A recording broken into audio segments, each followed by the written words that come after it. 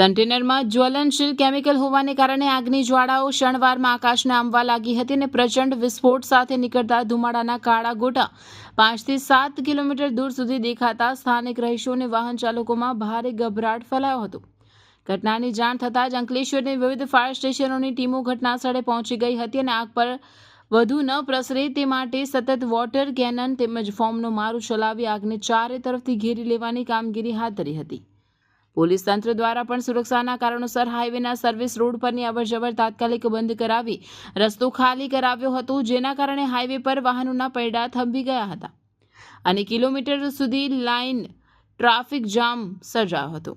સદનસીબે container park કરેલું હોવાથી અને ડ્રાઈવર ક્લીનર સમયસર બહાર નીકળી જતા કોઈ મોટી જાનહાનિ થઈ નથી, પરંતુ આગ એટલી ભીષણ હતી કે લાખોની કિંમતનું કેમિકલ અને કન્ટેનર બળીને ખાખ થઈ ગયા છે।